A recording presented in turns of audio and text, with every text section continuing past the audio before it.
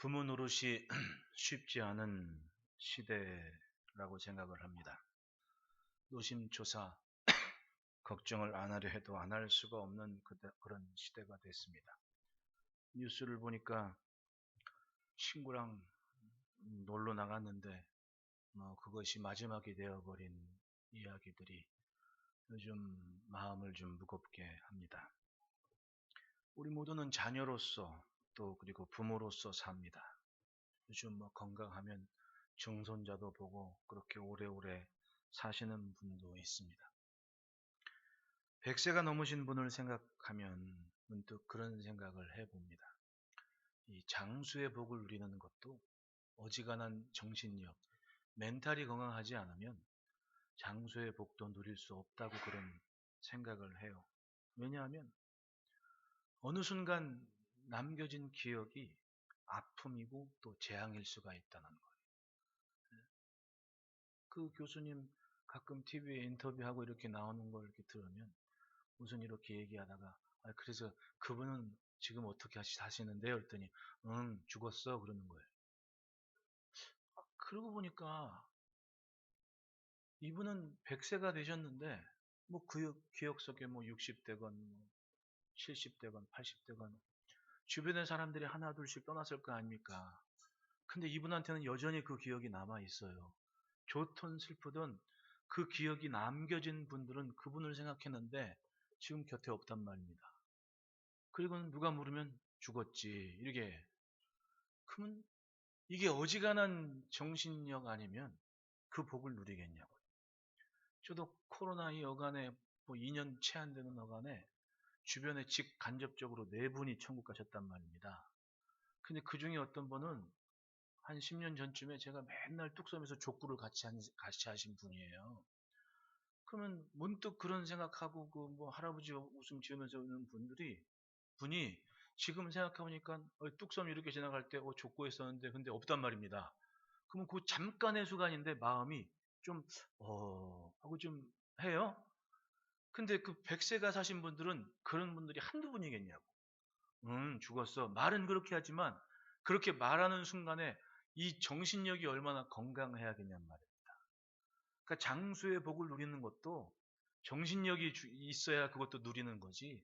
아니면 같이 침체되지 않을까 그런 생각을 해봐요. 기억이 오래 남아 있어서 오히려 힘들 수가 있다는 말입니다.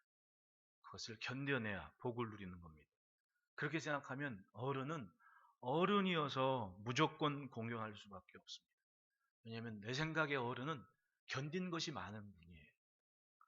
좋은 일이건 슬픈 일이건 견딘 것이 많기 때문에 그 평안한 복을 누리는 거예요. 어른이라고 다 같은 어른이 아니더라고요. 같이 보면 이렇게 보면 같은 나이라 하더라도 늘 만나면 불안해. 늘 만나면 뭔 선택의 기준이 애매모호한 사람들이 있어. 그럼 어른이라고 하는데 안심이 안 되는 겁니다. 근데 어떤 사람은 만나면 안정감이 있어. 대화를 하던 뭐 생각을 교류하건 그렇게 수다분하고 안정감이 있어. 그런 분들은 견뎌낸 것이 많은 겁니다. 넘어온 것이 많은 분들이에요. 공경받아 마땅한 분이죠.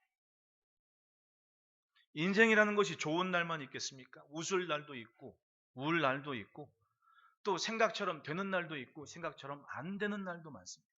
왜 인생이 힘들다 그래요? 생각처럼 안 되는 날이 많기 때문에 그런 거 아니에요. 그러면서 나이를 먹어 가면 갈수록 점점 어른 자리가 되어 있는 겁니다. 그리고 자녀들이나 친구들이나 관계에서 편하게 말할 수 있는 사람은 견딘 것이 많은 사람이에요. 다 그런 거다. 그 한마디에는 견뎌낸 삶을 가진 어른의 경험과 인생이 담긴 말이라고 생각을 합니다. 우리는 세상에서 태어나면서부터 견디고 버티고 살면서 어린 시절 지내고 그리고 어른 노릇하며 사는 겁니다. 그것을 감당해내지 못하면 어른들 말씀처럼 나이값을 못하는 거고, 그리고 그런 사람들에게 어른들은 그렇게 얘기하죠. 꼴값을 한다고 얘기를 해요. 사람이 나이값을 하는 사람이 있고 꼴값을 하는 사람이 있어요. 나이값을 하는 사람은 밥값을 하는 사람입니다. 밥을 먹은 만큼 살아내는 거예요. 꼴값을 하는 사람은 밥 먹은 가치를 못하는 거예요. 소, 염을 먹는 것만큼의 가치밖에 살아내지를 못하는 겁니다. 그래서 나이값과 꼴값이 있는 거예요. 성경에도 부모의 위치나 부모 노릇에 대한 예가 되는 경우들이 참 많습니다. 그때나 지금이나 인생생활은 다르지 않아요. 견딜 것은 많고 참아낼 것이 많습니다. 여러분 생각이 안 그렇습니까? 참아낼 것이 많아요. 견딜 것도 많고. 아무리 믿음 좋고 뭐 예배 잘 드린다고 하지만은 결정적인 순간에 알량한 자존심 때문에 그 한순간에 와그러진 사람들 얼마나 많아요. 교회 안에도 마찬가지입니다.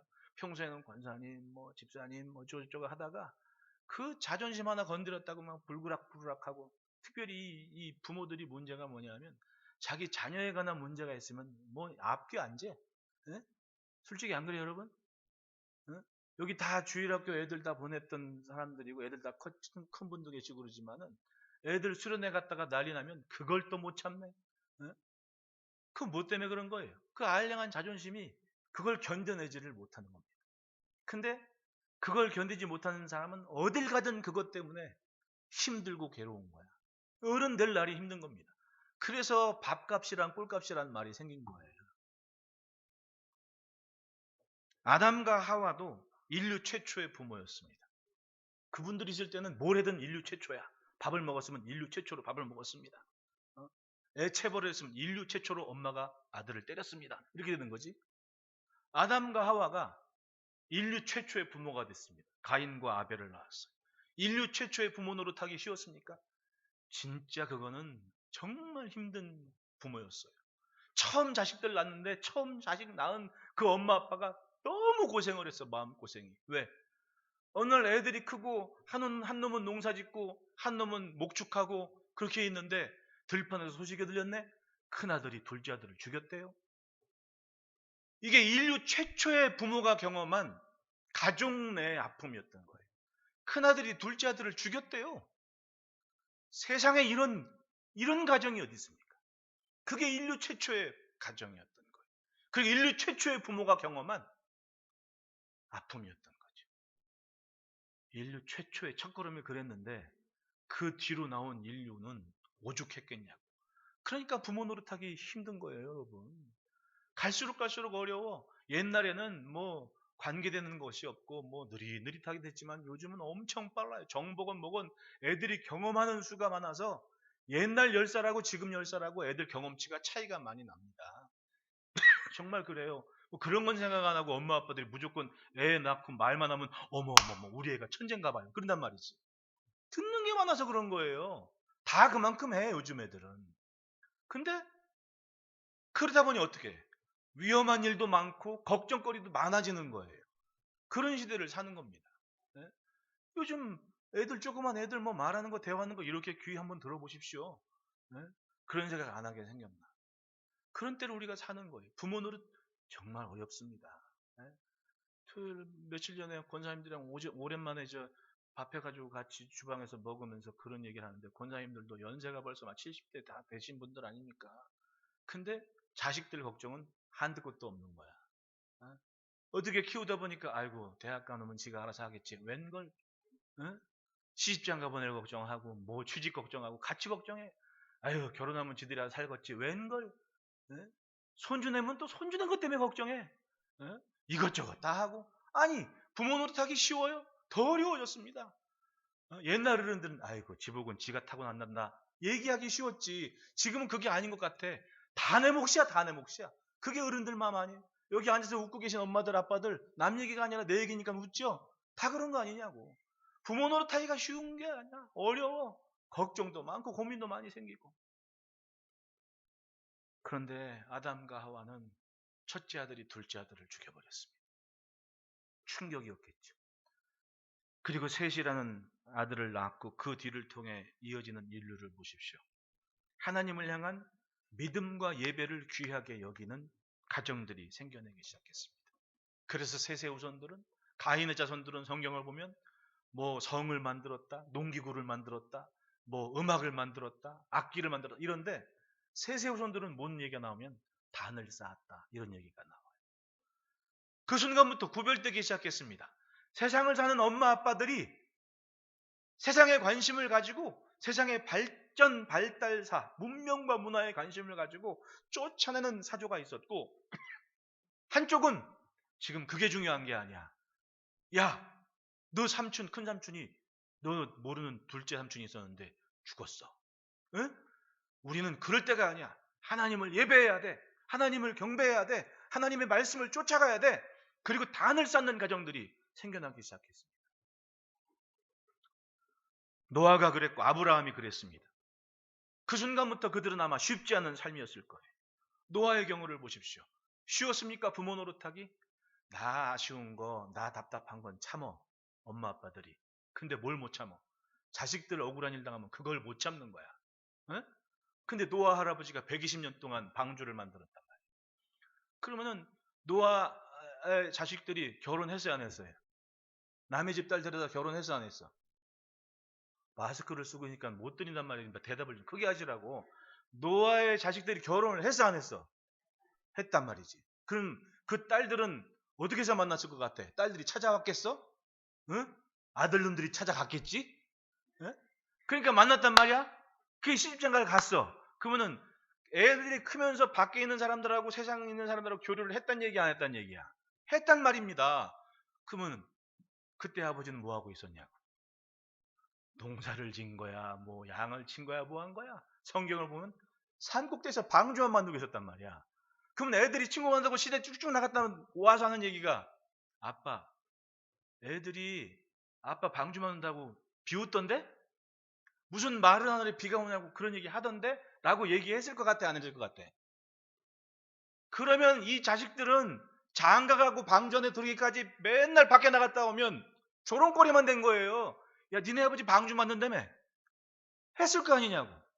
그러면은 그 노아의 속은 얼마나 속이 타겠어. 내가 맞는 거 해. 지금 하나님의 말씀을 듣고 이거 담당한단 말이지. 근데 자식들은 맨날 가서 조롱당하고 와. 그럼 화가 나요, 안 나? 솔직히 얘기해. 정지문 집사님. 끓어오르는 분노. 도저히 못 참겠다. 에이, 이놈의 방주. 그러지 않았다는 거예요. 견뎠어요. 하나님 말씀 듣고 하나님을 향한 믿음을 가지고 그걸 견뎌낸 거야. 나중에 알았어. 방주 안에 들어가는 사람과 그렇지 못한 사람의 차이를. 믿음이었습니다. 아브라함 보십시오. 편하게 살 수 있는 성과 도시를 버리고 광야에 갔습니다. 응? 뭐 자기 종 엘리에셀이 자식 삼아 살 줄 알았어요. 하나님이 아니라 그러시고. 응? 그리고 한 80대 후반쯤 됐더니 이스마엘을 또 자기 자식인 줄 알고 했는데 하나님은 또 아니라 그러시고. 이스마엘하고 이삭하고 나이가 한 16년 차이 나요. 근데 100세가 돼서 아들을 준다고 딱 나왔는데 그게 이삭이야. 믿음으로 하는 것도 쉬운 게 아니더라고. 근데 그 100세에서 애가 막 말을 하고 막 하는데 애가 한 10살쯤 되니까 아브라함 나이는 110세 아니야. 110세에 아들 키우기 쉬웠겠어요? 어려웠겠어요? 짜증나지. 뭘 그렇게 말이 많아? 이것도 물어보고 저것도 물어보고 어? 아버지. 딴 데는 사람들은 저렇게 좋은 데서 편하게 잘 사는데 우리는 왜 이렇게 먼지구덩이 장막에 살까요? 그러면 아브라함은 얘야 그건 말이지. 그러면서 하나님 만난 얘기부터 쭉 설명을 했을 거 아니야. 우리가 하란에서부터 원래 조상은 우리에 있었는데 이렇게 저렇게 이만저만해서 여기까지 왔단다 라고 말하는데 여러분 연세 드신 분은 말하기도 힘들어. 여기 근육이 빠져버리거든. 그러니까 그것도 또 쉬운 일이 아닌데 거기까진 좋아. 뜬금없이 10살쯤 10대쯤 어느 때 되니까 하나님께서 아브라함아 네 사랑하는 독자 네 외아들 이삭을 제물로 바쳐라. 이건 또 뭐 청천벽력 같은 얘기야. 아, 차라리 나보고 제물이더라 그러면 그건 쉽겠어. 가면 되니까. 근데 이제 막 100세에 얻은 아들을 제물로 바치라 그러는데 하나님 아들까지 건드리실 겁니까? 이러냐고 아브라함. 그럴 만도 하겠지. 근데 아브라함은 가만히 묵묵히 종들한테 장작 준비하라고 지운 다음에 하나님이 지시한 곳까지 가가지고는 종들은 다 물리고 이삭한테 야 너 장작 좀 짊어져라. 그 10대 한 중반쯤 되는 애가 장막을 짊어지고 아버지 쫓아가는 겁니다. 사흘길을. 아버지 장작은 있는데 재물은 어디 있어요? 그 질문 듣는 아버지 속은 오죽했겠냐고. 어? 그게 바로 부모예요, 부모. 하나님을 향한 믿음 때문에 자식을 제물로 드리러 가는 그 아버지 마음. 부모 노릇 쉬워요? 절대로 쉬운 게 아닙니다. 그 순간 무너져도 아무도 뭐라고 할 사람 없어. 왜? 자식 일인데, 자기 일인데. 그런데 아브라함은 그걸 견뎠습니다. 가만히 보니 이런 믿음의 얘기들이 시대와 동떨어진 모습이었지만 하나님은 그런 구별된 삶에서 거룩과 경건을 보았고 무엇 때문에 그렇게 사는지 그걸 주목해 보신 겁니다. 가만히 보니 쟤네들이 그렇게 사는 것은 나를 향한 믿음 때문이었구나라는 것을 하나님이 인정을 하시는 거예요. 그래서 성경에 남겨진 이야기고 우리가 본을 따르는 믿음의 조상들이 됐다는 겁니다. 함부로 믿음 얘기할 게 아니에요. 하나님을 품고 참아낸 삶은 하나님의 복이 펼쳐질 공간과 그릇이 되는 겁니다. 여러분, 아무리 폭포수와 같은 은혜를 주시고 소낙비와 같은 은혜를 주시고 그 기도는 잘해. 근데 여러분, 그러면 뭐해? 그릇이 있어야 될 거 아니야. 어? 아버지 폭포수와 같은 복을 내게 부어 주십시오. 딱 내밀었는데 이게 그릇이란 말이야. 뭐가 담기냐고 여기에. 딱 요만큼 주시는 건 줘. 근데 뭐야? 그릇만큼 주는 거야. 믿음이 그런 거고 삶이 그런 거더라는 거지.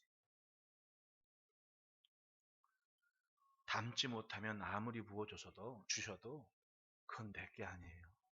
다 남의 거지. 믿음의 가정이 지켜야 될 것이 바로 이겁니다. 세상 속에 있지만 세상과 다른 구별됨이 있는 삶의 거룩과 경건이 있는 겁니다.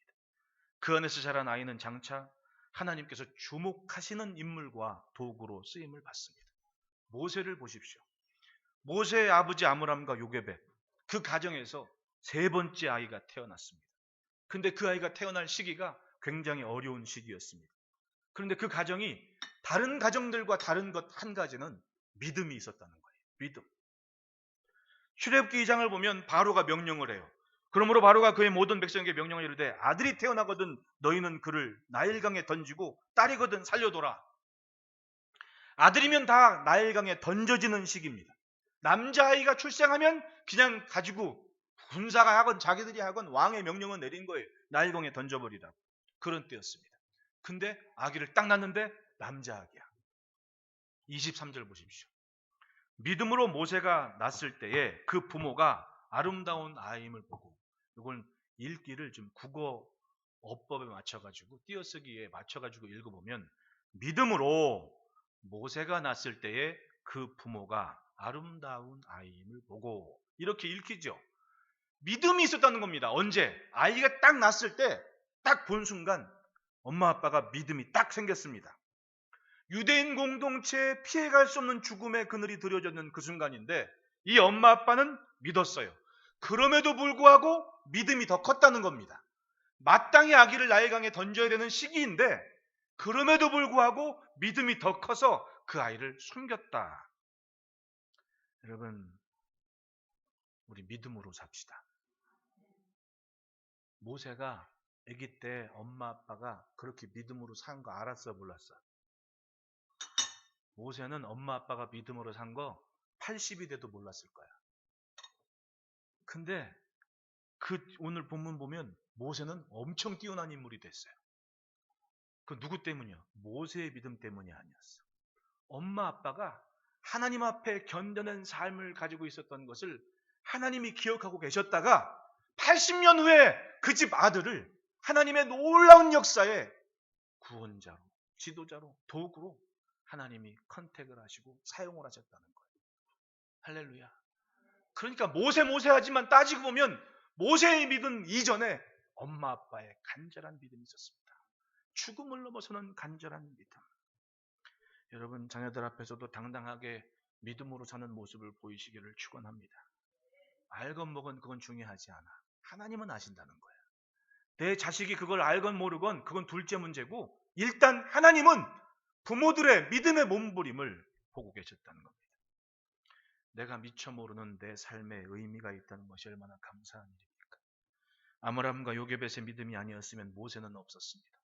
물론 다른 사람을 통해서라도 하나님은 하나님의 구원의 역사를 이루어 가셨겠죠. 그건 하나님의 일이니까.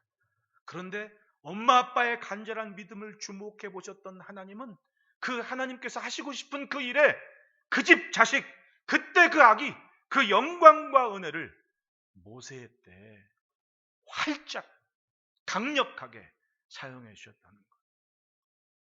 암울한 시대를 살아내는 부모의 사명은 바로 믿음입니다. 여러분 따라합시다. 믿으면 다르다. 그러니까 부모는 사명이에요. 사명. 부모 노릇 잘 감당해야 됩니다.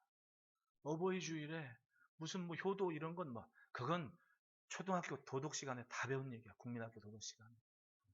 문제는 부모다운 부모가 자리매김할 때 자녀들의 살아가는 당대의 삶이 막힘이 없고 은혜롭다는 거 아닙니까? 그래서 부모들은 사명이 있어요. 자녀들의 미래를 열어줘야 되는 믿음의 몸부림과 몸짓을 가져야 되는 것이 시대를 사는 부모의 사명이라는 겁니다. 그러므로 따라합시다. 시대를 넘어선 시선이 있었다. 믿음으로 모세가 낳았을 때 그 부모가 아름다운 아임을 보고 석 달 동안 숨겨 왕의 명령을 무서워하지 아니하였으며, 이 가정에 자식이 있었어요, 없었어요? 있었죠. 모세의 형 아론이 있었고 모세의 누이 미리암이 있었어요. 응? 일단 기록된 아기만 둘이 있었단 말이지. 나이 차이가 얼마인지는 모르지만 분명히 자녀가 있었습니다. 그런데 애가 또 생겼어. 난 그런 생각을 해봤지. 아니 도대체 그 애굽에서 뭐 벽돌질 거푸집도 안 줘가지고 돌짓기 그렇게 맨날 부역이 심했을 텐데 어쩜 그렇게 애들은 또 잘생기고 잘났을까? 그게 내 답을 하나 찾았습니다. 해 떨어지면 깜깜해야 돼. 에? 해 떨어지면 깜깜해야 애도 잘 낳고. 요즘 젊은 부모들 애들을 잘 안 낳아. 왜? 밤새도록 밝어. 이게 너무 밝어. 세상이 아주 피곤하게 밝어. 병 생기게 밝어. 그러니까 출산율에 문제가 생기지 않았을까라고 학자가 아닌 내가 깜깜해야지. 그러니까 이 집도 이 고대 사회에 뭐 전기가 어디 있습니까? 호롱불도 노예들 사는데. 그러니까 해지면 깜깜한 거야.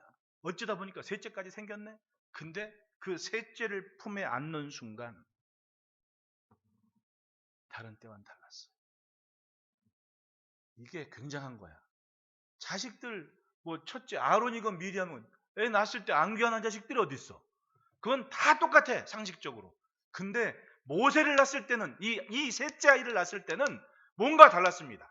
확실한 마음에 감동하심이 있었고 믿음으로 이 아이를 우리 숨기자, 살리자. 가만히 보면 모세의 부모는 세상 사람처럼 살지 않았습니다. 출애굽기 2장 1절 2절 말씀은 레위 가족 중 한 사람이 가서 레위 여자에게 장가들어 그 여자가 임신하여 아들을 낳으니 그가 잘생긴 것을 보고 석 달 동안 그를 숨겼으나라고 얘기를 해요. 즉 레위 가족 중 한 사람이 가서 레위 여자에게 장가들었다. 즉 레위 집안 사람들끼리 뭔가 이루어졌는데 이것 하나만으로도 뭔가 이 집안에 율례나 전통이 있는 거야. 왜냐하면 아직 레위 지파 뭐 혹은 제사장 이런 게 정해지지 않은 때임에도 불구하고 이렇게 저렇게 교류하거나 자기 좋은 대로 살 수 있었는데 이 레위 집안 남자나 레위 집안 여자나 자기 집안 어른들 말에 따라 그 율례 안에 공동체 안에서 정해진 혼사를 치르는 집안이었다는 얘기가 되는 겁니다. 훗날 이 가정은 자연스럽게 모세가 애굽으로 돌아오기 전에 이미 아론과 미리암은 이스라엘 공동체 안에 선지자 노릇하는 자리까지 성장을 하게 돼요. 출애굽기 15장을 보면 미리암의 노래가 있죠. 여선지라고 얘기를 해요. 그렇다면 이 아므람과 요게벳이 이 이스라엘 공동체 안에 애굽에서 부역을 하는 집안이었지만 뭔가 신앙적으로 영적으로 굉장히 영향력을 행사하는 집안으로 성장을 했을 것이고 아론과 미리암은 그 집 자식이었던 거지. 응? 그러니까 믿음으로 모세가 났을 때 부모들이 그 아이를 숨겼다라는 말이 이해가 되는 거예요. 성경을 보니까. 그런 면에서 보면 비록 애굽에서 노예처럼 사는 일상이어도 아므람과 요게벳은 하나님께서 주목하시는 믿음의 얘기에 한자락이 됐던 거죠. 그 앞을 보면 또 다른 믿음의 얘기가 나와요. 어떤 믿음이냐? 출애굽기 1장 15절부터 22절 말씀 보면 애굽 왕이 히브리 산파 십브라라 하는 사람과 부하라는 사람에게 말하여 히브리인들의 아기가 나면 죽여라. 근데 이 시브라 부하가 굉장히 지혜로운 사람이었어요. 다 살려, 막. 다 받아. 그러니까 왕한테는 거짓말을 하죠. 히브리 여인들은 건강해가지고 우리가 채 도착하기 전에 순풍하고 애를 낳아버린다. 왕이 또 이해가 돼. 그러냐고. 근데 거짓말이야 진짜야. 거짓말이었잖아요. 예? 자기들이 봐서 건사한 거야. 그런데 그 모습 보고 하나님께서 어떻게 성경 기록해요? 하나님께서 즉 출애굽기 1장 20절 하나님이 그 산파들에게 은혜를 베푸시니 그 백성은 번성하고 강해진다. 그 산파들은 하나님을 경외하였으므로 하나님이 그들의 집안을 흥왕하게 하신지라. 애굽 왕한테는 거짓말을 했지만 그 거짓말은 하나님을 경외하는 신앙의 행위였었고 하나님은 그것 때문에 그 집들을 복받게 하고 흥왕하게 하셨다. 믿음의 이야기들을 이렇게 찾아가면서 그 믿음의 얘기 중에 하나가 바로 아므람과 요게벳의 신앙이었던 거예요. 고단한 부역인의 삶에서도 믿음의 이야기들이 있었습니다. 그것은 하나님을 경외하는 사람들의 이야기였습니다. 모세의 부모도 그 믿음의 이야기 한편이었고 결국은 그들은 뭘 보고 살았겠습니까? 하나님 보고 사는 거예요. 하나님을 쳐다보고 살았습니다. 시대는 암울하고 절망이었지만 그들의 시선은 하나님께 다 있었습니다. 그래서 믿음으로 모세가 났을 때에 그 부모가 아름다운 아임을 보고 결국은 아이 낳고 사는 건 다 똑같아요. 하지만 그것을 감당하는 시선 그리고 중심은 다르다는 거예요. 요게벳은 그 순간을 믿음으로 받았습니다. 여러분, 하나님을 보는 인생길은 길이 달라요. 평범한 길이 아닙니다. 분명히 다른 길이에요. 보는 것에 따라 오늘이 장래의 일에 씨앗을 심는 것일 수 있고 아니면 썩어질 것에 종로로 타는 삶일 수도 있다는 것. 하나님은 믿음의 눈을 가진 인생을 통해 주의 역사를 이루어 가셨습니다. 시편 14편 2절에 여호와께서 하늘에서 인생을 굽어 살피사 지각에서 하나님을 찾는 자가 있는가 보려 하신즉이라고 얘기를 해요. 그 말은 뭐예요? 지금도 하나님께서는 이 땅에서 하나님을 찾는 인생이 있느냐, 하나님을 경외하는 신앙이 있느냐 보고 계신다, 안 보고 계신다? 찾고 계신다. 찾고 계신다. 믿음의 부모는, 사명을 가진 부모는 바로 그 시선자락에 있는 부모들이에요. 모세가 어떤 믿음인지 그건 중요하지 않아요. 아므람과 요게벳이 어떤 믿음으로 살았는지 그것 때문에 하나님은 모세를 주목하셨다는 거예요. 성경에서 보는 인생의 모습은 늘 고난의 파도를 넘는 이야기입니다. 사는 게 쉬웠어요? 믿음 좋은 것 때문에 안 당해도 되는 고난까지 당한 사람이 있어요. 욥 같은 경우 보십시오. 믿음 좋은 것 하나 때문에 겪지 않아도 될 일을 그냥 그렇게 겪지 않습니까? 믿음 때문에 그런 거예요. 믿음 때문에. 그럼에도 불구하고 그 믿음, 쉽지 않지만 살아낸 그 믿음이 있을 때에 보는 것이 분명해서 견뎌낸 삶이 있을 때 결국 그 인생의 끝은 하나님의 손자락에 있었다는 겁니다. 결국 석 달 후에 나일강에 던진 그 아기가 80년 후에 출애굽의 지도자가 되어버렸습니다. 뭐 때문에 그렇습니까? 시대를 쫓아가는 삶이 아니라 하나님을 보는 시선이 있는 엄마 아빠였던 겁니다. 둘째로는 따라합시다. 하나님을 신뢰하는 신앙이 있었다. 23절 끝자락에 왕의 명령을 무서워하지 아니하였으며 라고 말씀을 해요. 아므람과 요게벳 셋째 아이를 낳았을 때 남자 아기들은 무조건 나일강에 던지라는 왕의 명령이 있었을 때였습니다.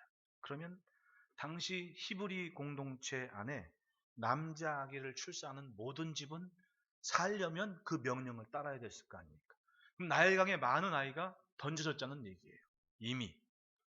그런데 믿음으로 모세가 났을 때 그 부모가 아름다운 아임을 보고 석 달 동안 숨겨 왕의 명령을 무서워하지 아니하였으며 왕의 명령보다 더 간절한, 더 우선하는 무엇인가가 있었는데 그게 바로 믿음이었습니다.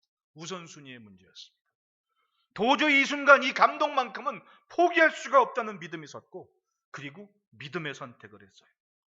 여러분, 무엇이 그 인생을 지배하느냐가 결국 삶이에요. 예수님도 열매를 보면 나무를 안다고 말씀하지 않습니까? 내 믿음이요? 내가 말하는 거, 내가 사는 게 딱 내 믿음만큼이에요. 다른 게 아닙니다. 삶의 열매가 그 믿음이고 뿌리라는 거예요. 양분이 그대로 나타난다는 거예요.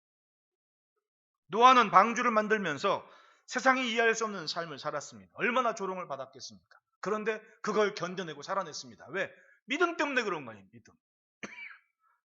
다른 것 다 몰라도 내가 하나님을 믿는 믿음만큼 포기하지 않는다. 너 나가서 상처받고 하니 야, 지금 우리는 하나님의 명령을 받고 있다. 그리고는 또 방주죠. 그게 120년이에요. 상상을 한번 해보시라. 애가 나가가지고 울고 들어오면 속상한 게 엄마 마음인데. 여러분 개구리 알아요? 개구리? 입 큰 개구리 얘기 알아요? 개구리 엄마가 어느 날 개구리 아들이 나갔다가 막 울고 들어왔대.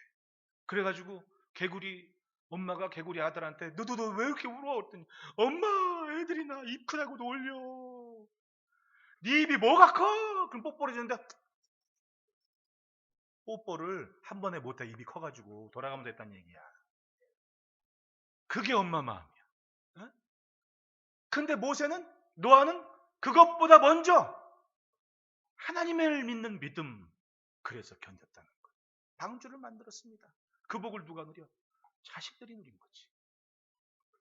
아브라함은 믿음으로 살면서 부인을 누이라고 할 만큼 생명의 위협을 받았어요. 세상 어느 남편이, 어느 모질이 남편이 자기 부인을 누이라고 하겠냐고. 근데 광야의 삶은 한순간에 죽임을 당하니까 성경에 뭐라고 얘기합니까? 여보, 당신 내 아내라고 하면 이곳 들판의 목자들이나 저 사람들이 나를 죽이고 당신을 차지할 거예요. 우리 당신 내 누이라고 합시다. 사라가 동의를 했어요. 즉 생명의 위협을 받을 만큼 긴박한 삶의 상황이었다는 거 아닙니까? 그럼에도 불구하고 믿음을 포기하지 않은 집안이에요. 네? 믿음을 포기하는 집안이란 말이죠. 야곱은 외삼촌 라반에 속아서 21년 동안 노동을 하고 장가를 갔어요. 사람이 살면서 남한테 속으면 그러려니 해. 근데 자기를 속인 사람이 외삼촌이야. 속된 말로 이해하십시오. 열받아 안 받아? 열받지. 근데 그걸 또 간수하네. 쉬운 게 아니었어요. 무엇 때문에 그렇습니까? 내 삶의 정황이 어떠하든 나는 하나님을 신뢰하는 믿음으로 산다는 믿음의 뿌리가 있었던 거예요. 하나님을 신뢰하는 것은 단순히 신뢰할 만해서 신뢰하는 게 아니었다는 거예요. 그럼에도 불구하고 믿고 의지했다는, 이게 곧 믿음이고 뿌리라는 거예요. 내가 무엇 때문에 사는지 그것은 하나님을 신뢰하는 삶의 증거합니다. 더 좋은 것, 더 귀한 것, 더 나은 선택, 그 이전에 항상 하나님이 계십니다. 그리고 도움과 능력도 하나님이신 것을 믿고 삽니다. 서로 내가 지금 만난 결과가 내가 기대하고 생각하는 것과 다른 결과로 보이더라도 하나님을 신뢰하는 믿음만큼은 변치 않는 것. 누려서 신뢰한 것이 아닙니다. 무조건 신뢰한 겁니다. 그래서 히브리서 11장 38절 39절에 같이 읽어봅시다. 시작. 이런 사람은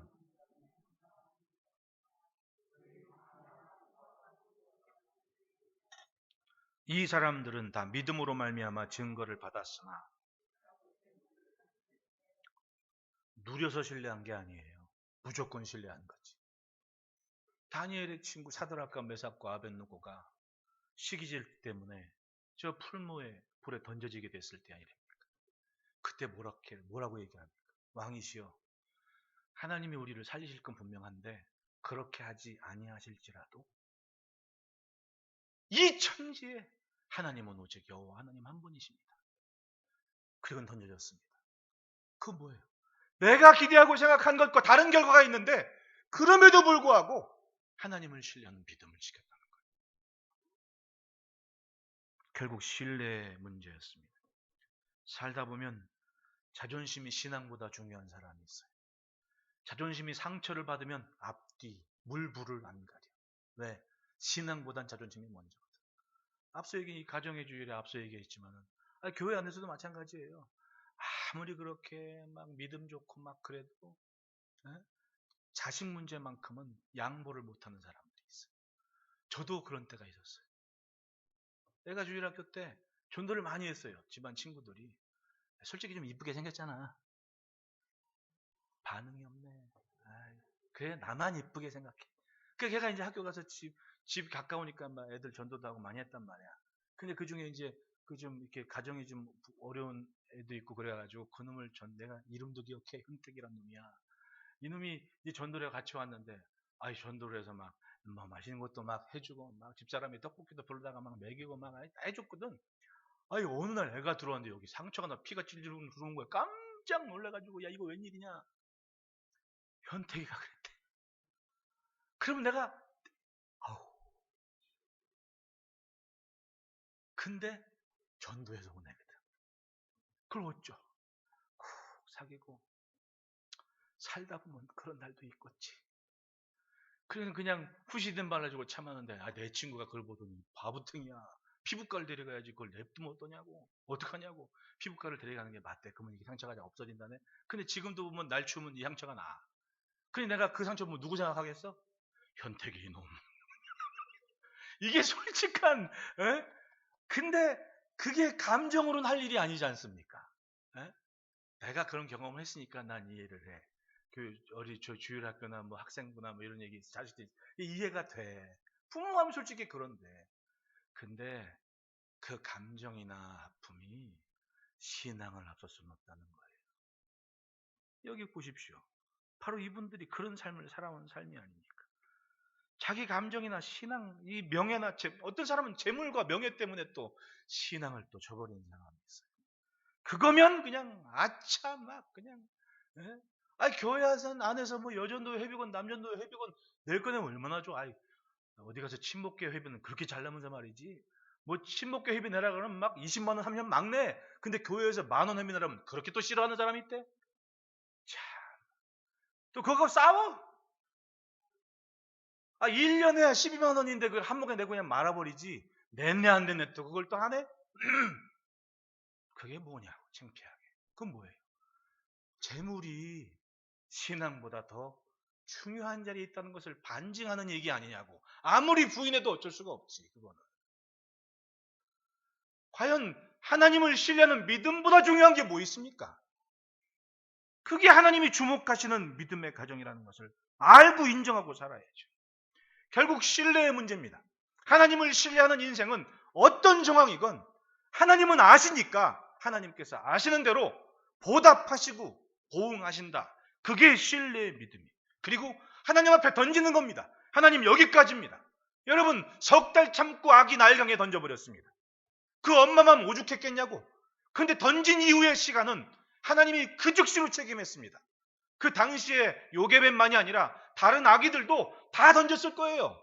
근데 요게벳은 달랐습니다. 하나님을 신뢰하는 믿음이 있었고 내가 할 수 있는 게 여기까지니 다른 아기와는 달리 갈대 상자에 역청 바르고 애기 고이 싸서 그리고 강 던져버렸습니다. 던진 순간부터 누가 보신 거예요? 석 달 참은 그 믿음 때문에 하나님은 그 아기를 뚜렷이 보셨다가 하필이면 바로왕 딸이 목욕하는데 그게 쑥 가게 만든 거예요. 할렐루야. 세상 무엇보다 하나님 신뢰하는 것 앞세우지 마십시오. 먼저 하나님을 신뢰하시기를 바래요. 여기 아므람과 요게벳을 보십시오.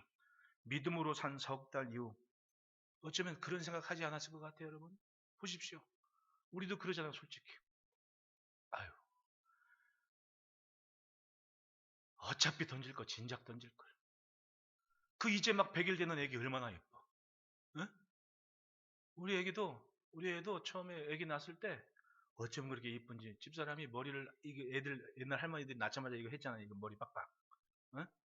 머리숱 많아지라고 했는데 뭐 낳을 때부터 얘는 2대8 가르마 타고 나와가지고 내가 어디 집사람도 그냥 냅둬도 되겠다 했거든. 그러니까 그 이쁘잖아요. 이제 막 한 석 달쯤 됐는데 어느 날 끝나고 들어가는데 애가 빡빡이가 된 거야. 깜짝 놀라가지고 집사람이 땡그레지고 어머니 얘가 왜 그래요? 했더니 밀었어. 나는 뒤에서 웃고 있었어. 야, 그놈 참 머리통을 이렇게 많이 이때 까실까실해가지고 아이 참 귀엽네. 아니 딴 사람들이 뭐라고 보든 내가 보긴 이쁜 거야.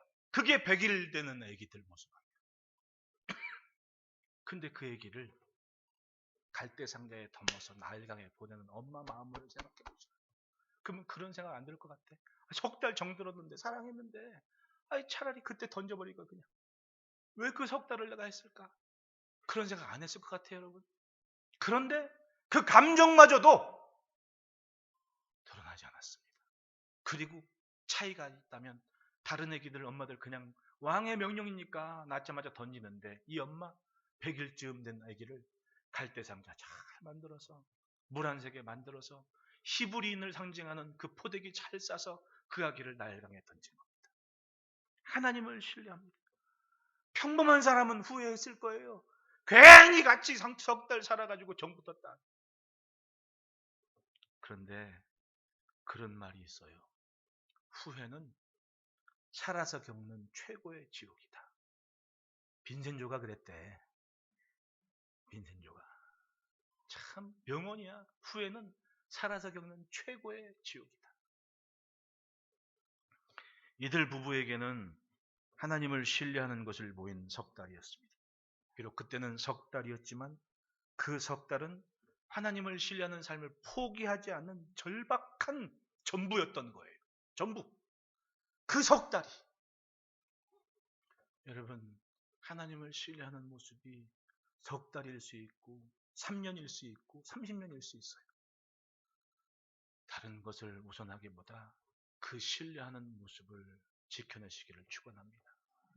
자존심 때문에, 감정 때문에, 재물 때문에, 명예 때문에 하나님 신뢰하는 것에서 뒤로 물러서지 말고 지킬 것을 지키면 석 달이 지난 후에 석 달을 보신 그 하나님은 80년 후에 그 모세를, 그 집 아들을 하나님이 하시고 싶은 일의 주인공을 사용하시는 거예요. 그래서 셋째 따라 합시다. 현실을 넘으려는 몸부림이 있었다.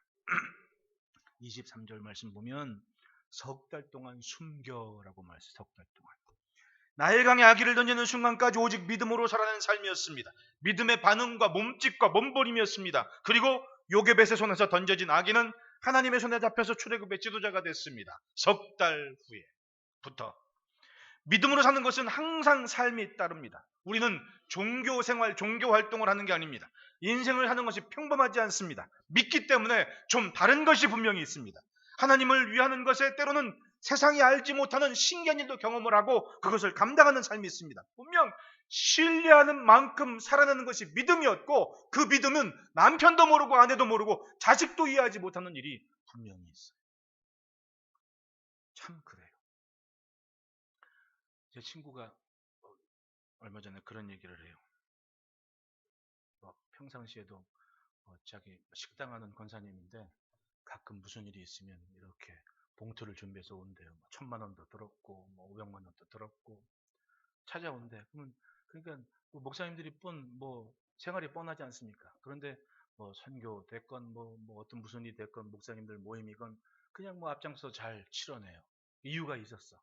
그 권사님 때문에 그런 거였지. 근데 이 식당을 하는 권사님이 어느 날 그래요. 이 교회가 시골에 있거든요. 시골인데 이미 건축도 잘 돼 있고 그래요.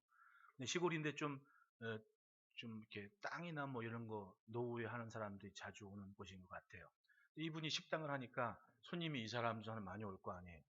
식당을 하면서 그런 얘기를 했다가 이분이 기가 튀어가지고 어휴, 이렇게 땅 얘기하면 당신 아는 사람 땅이 있다고 그러면서 소개를 하면은 땅을 조금 이렇게 한두 채 이렇게 파는 게 아니라 땅 덩어리가 있으니까 막 소개비를 막 몇백만 원 주고 막 그런다는 거예요. 이 권사님이 이렇구나. 그러니까 식당에 오는 손님들을 그냥 대하는 게 아니야. 아주 잘 대접하고 그러지.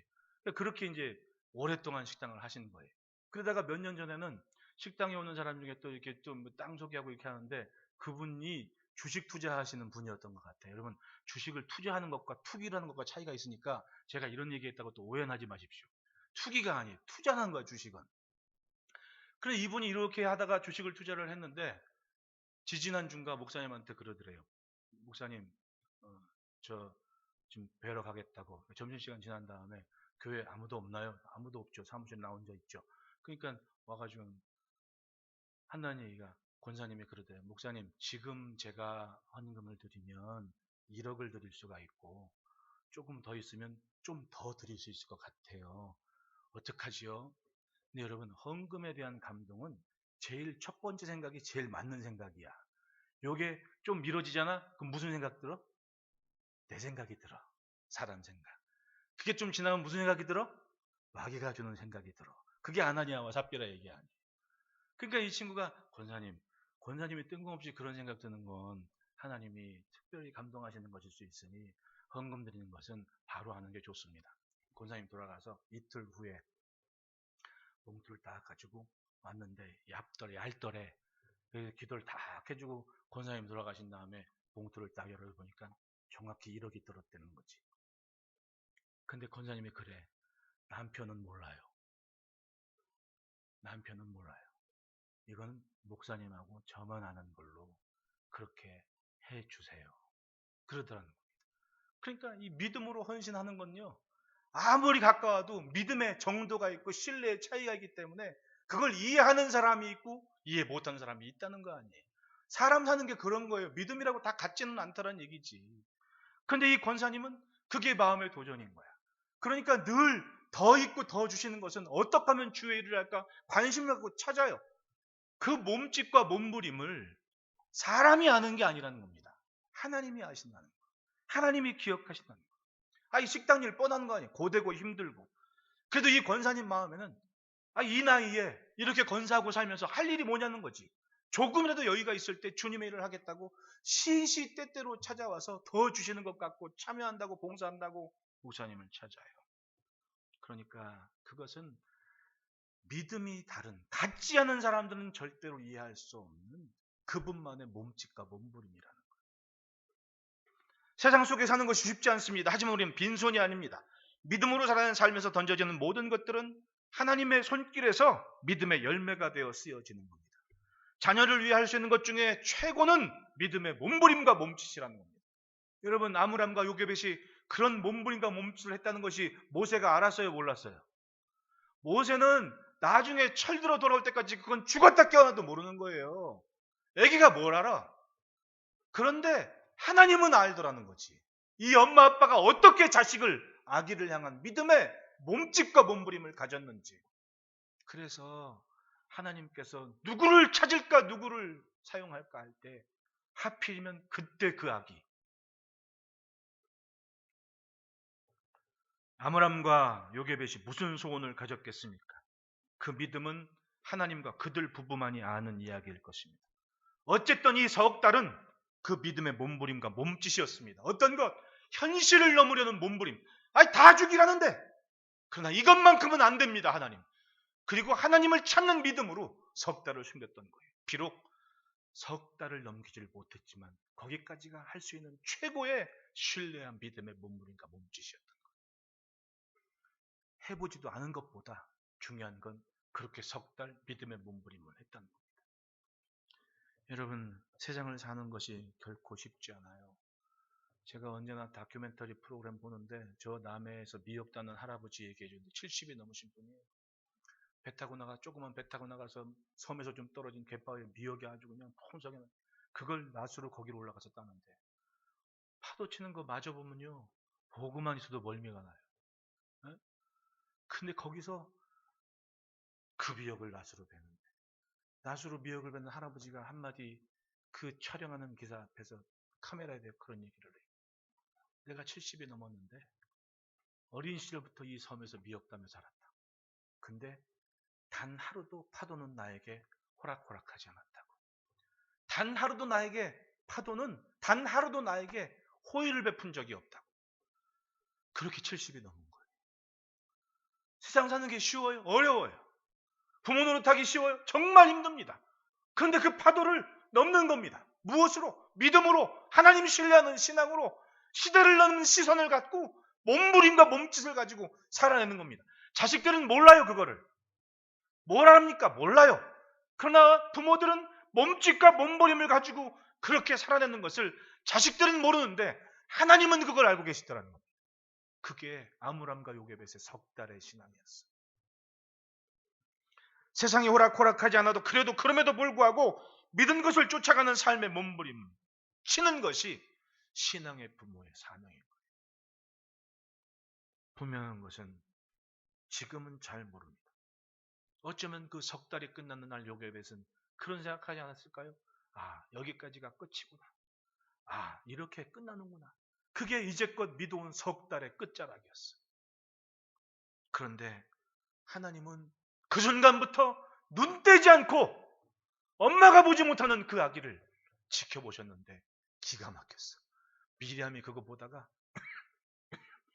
공주가 목욕하는 곳에 딱 들어가고 아기 발견한 거 보고 그걸 또 여자애가 이렇게 나타나고 그걸 쫑쫑 구경하고 있었네.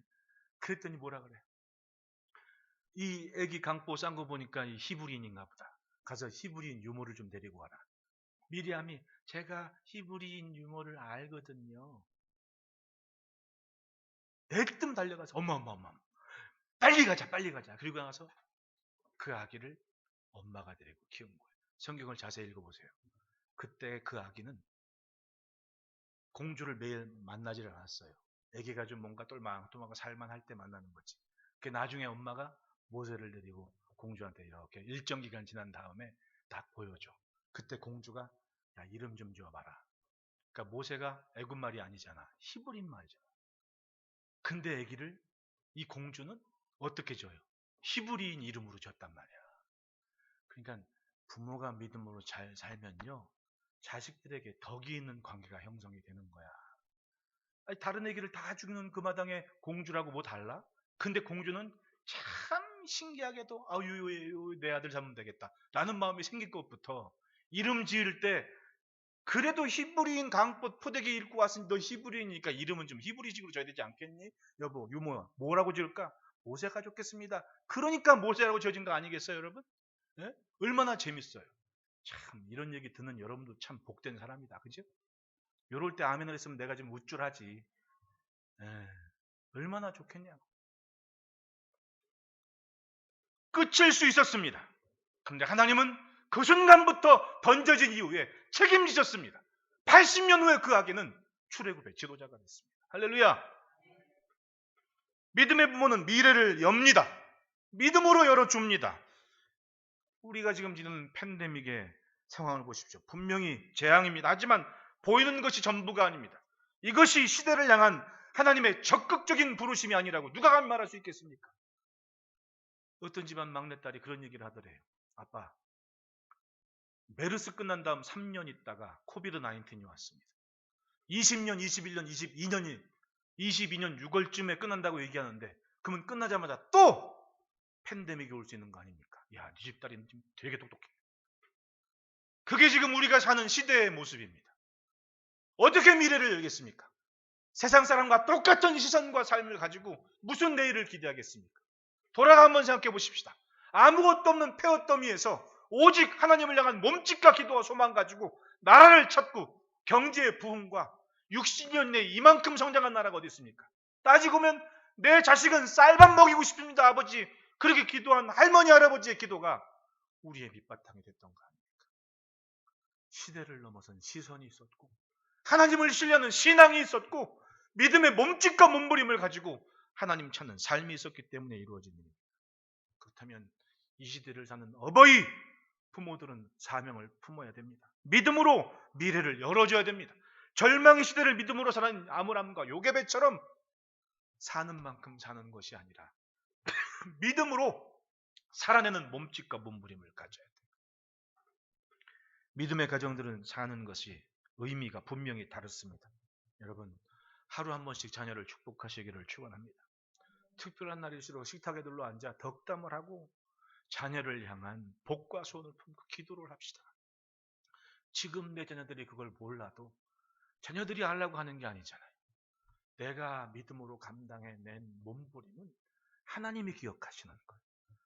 그 기억 때문에 모세는 왕궁에서 40년, 광야에서 40년, 이게 도대체 뭐냐고.